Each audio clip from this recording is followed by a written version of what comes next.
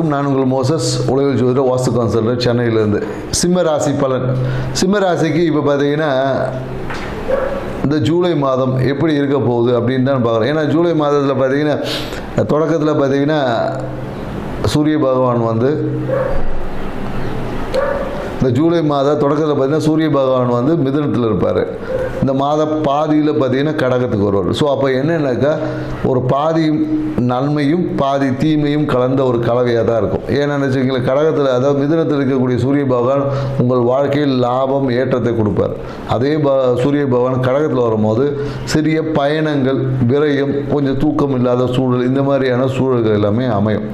ஆனால் கண்டிப்பாக அமையும். ஸோ இதுலேயே சிம்மராசிக்காரங்களுக்கு பார்த்தீங்கன்னா இந்த காலகட்டத்தில் என்னென்னாக்கா வீடு சார்ந்த விஷயம், வாகனத்தால் சிறிய பிரச்சனையை சரி பண்ணக்கூடாது. வாகனத்தை இந்த காலகட்டத்தில் நிறைய சிம்மராசிக்காரங்க பார்த்தீங்கன்னா சரி பண்ணுவாங்க, இல்லை சர்வீஸ் விடுவது, இந்த மாதிரியான விஷயங்கள் நிறைய நடக்கும்.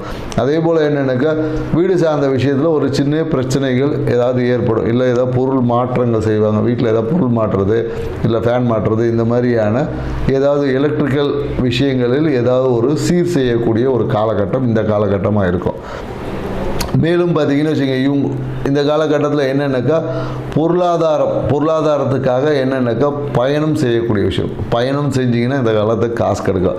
எங்கேயாவது வந்து தூரத்தில் வந்து நீங்கள் வாங்க பணம் கொடுக்குறேன் அப்படின்னு சொன்னாங்கன்னா கண்டிப்பாக நீங்கள் பயணம் பண்ணிங்க பணம் வரும். அதே போல் என்னென்னாக்கா நேரடியாக பணம் வரதவே இந்த காலகட்டத்தில் நடக்காது. ஜிபே மூலயமா அந்த மாதிரி விஷயங்கள் வழியாக தான் உங்களுக்கு பணம் வரும். அதனால் நீங்கள் எங்கேயாவது நேரடியாக கூப்பிட்டீங்கன்னா கூட எங்கேயும் போகாமல் அக்கௌண்ட்டில் போட்டு விடுங்கன்னு சொன்னீங்கன்னா கண்டிப்பாக பணம் வரும் இருக்குது. நேரடியாக போனீங்கன்னா 2000 கிடைக்கும்.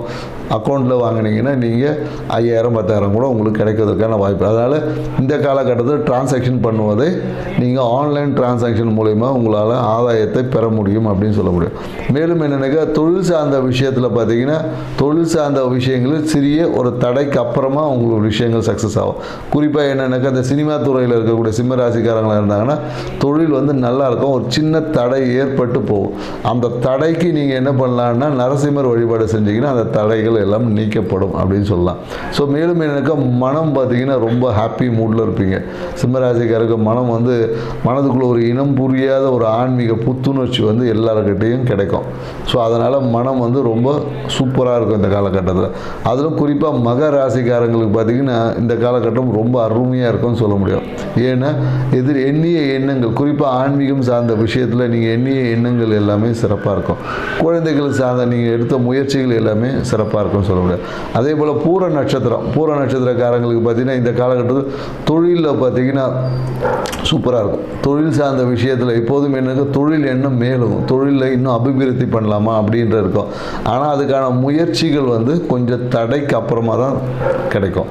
அதே போல் என்னென்னாக்கா உத்திர நட்சத்திரக்காரங்க என்னக்கா ஒன்று வந்து அந்த என்னக்கா அவசர தன்மையால் ஒரு சிறிய தூக்கமின்மை, ஒரு மன அழுத்தமும் வரும், ப்ளஸ் காரியமும் நடக்கும். ஸோ அப்போ என்னென்னாக்கா உத்திர நட்சத்திரக்காரங்களுக்கு கண்டிப்பாக வெளியூர் வெளிநாடு பயணங்கள் என்பது அடுத்த ஜூலை மாதத்தில் கண்டிப்பாக இருக்குது. ஸோ அப்போது விரயங்களும் உண்டு, பயணங்களும் உண்டு அப்படின்னு சொல்ல முடியும் சிம்மராசிக்கு.